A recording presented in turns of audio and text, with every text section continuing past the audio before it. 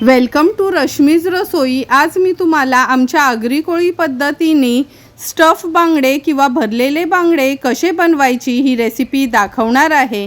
त्यासाठी हा व्हिडिओ तुम्ही शेवटपर्यंत बघा आणि माझ्या चॅनलला लाईक, शेअर अँड सबस्क्राइब करा।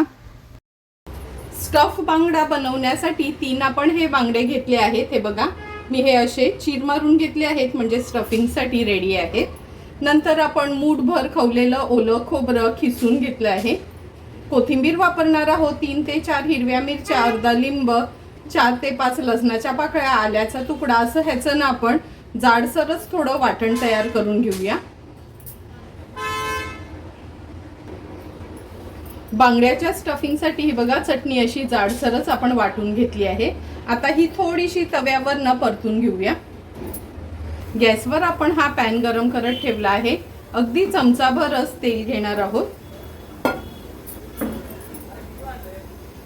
चिमूटभर हळद घालूया तेलावर। पाव चमचा हा मसाला घालते, आपला घरचाच आगरी कोळी मसाला। खूप जास्त मसाले वगैरे घालायचे नाही। आता ही चटणी जी आपण वाटून घेतलेली ती ऍड करूया। चवीप्रमाणे मीठ ऍड करते आणि ही चटणी अगदी 2 मिनिटांसाठी तेलावर परतून घ्यायची। 2 मिनिटांसाठी ही चटणी आपण अशीच तेलावर परतून घेतली आहे। स्टफिंगची चटणी तयार आहे।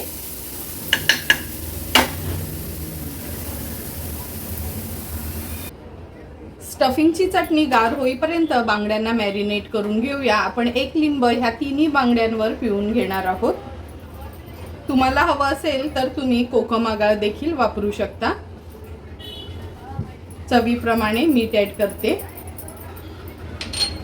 अर्धा चमचा हळद घेतली आहे।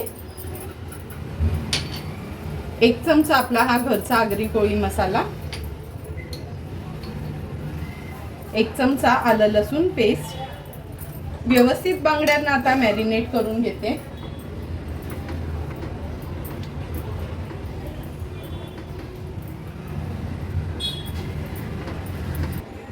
बांगडे तर व्यवस्थित मॅरिनेट करून झाले आहेत। चटणी पण गार झाली आहे। आता ह्या बांगड्यांमध्ये व्यवस्थित अशी स्टफ करून घ्यायची। तिन्ही बांगड्यांमध्ये मी अशाच पद्धतीने ही चटणी स्टफ करून घेते।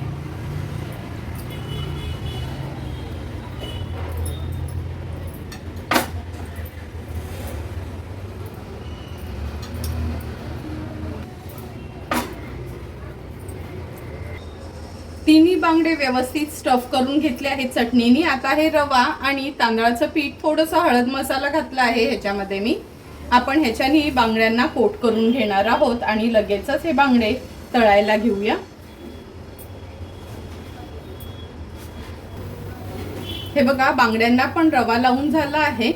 आता आपण तळायला घेणार आहोत। गॅसवर आपण हा पॅन गरम करत ठेवला आहे।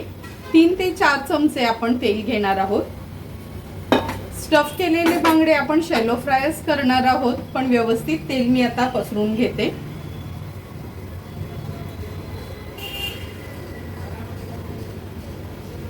एक एक करून हे बांगडे आपण तेलावर सोडूया।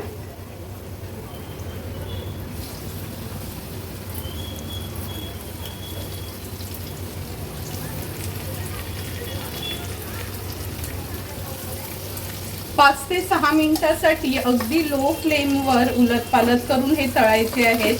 पण सुरुवातीला 2 मिनिटांकरताच मी हे लो टू मीडियम फ्लेमवर एक बाजू तळून घेणार आहे। 2 ते 3 मिनिटं झाले आहेत। आता एक एक करून हे बांगडे आपण पलटून घेऊया। हे बघा, एक बाजू अगदी व्यवस्थित फ्राय झाली आहे।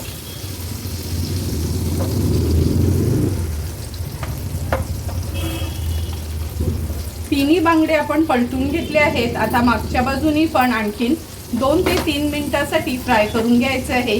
तेल एक्स्ट्रा टाकायची गरज नाही। जे पॅन मध्ये आहे ना, थोडंसं असं पॅन हलवलं तर व्यवस्थित सर्व बांगड्यांना तेल लागलं जाईल। आणखीन 2 ते 3 मिनिटं झाले। हे बघा, मागची बाजू पण आपण पलटून घेतोय। व्यवस्थित आपले हे दोन्ही बाजूला बांगडे फ्राय करून झाले आहेत। तयार झालेले हे स्टफ बांगडे आता आपण सर्विंग प्लेटमध्ये सर्व करणार आहोत। अगदी टेस्टी आणि झटपट असे तयार झालेले आपले हे स्टफ बांगडे आपण ह्या सर्विंग प्लेटमध्ये सर्व करून घेतोय। तुम्ही बघितलं असेल अगदी सोप्या पद्धतीने मी तुम्हाला हे बांगडे स्टफ कसे करायचे ते दाखवले आहेत। तुम्हाला पण जर हा व्हिडिओ आवडला असेल तर नक्की माझ्या चॅनलला तुम्ही लाईक, शेअर अँड सबस्क्राईब करा।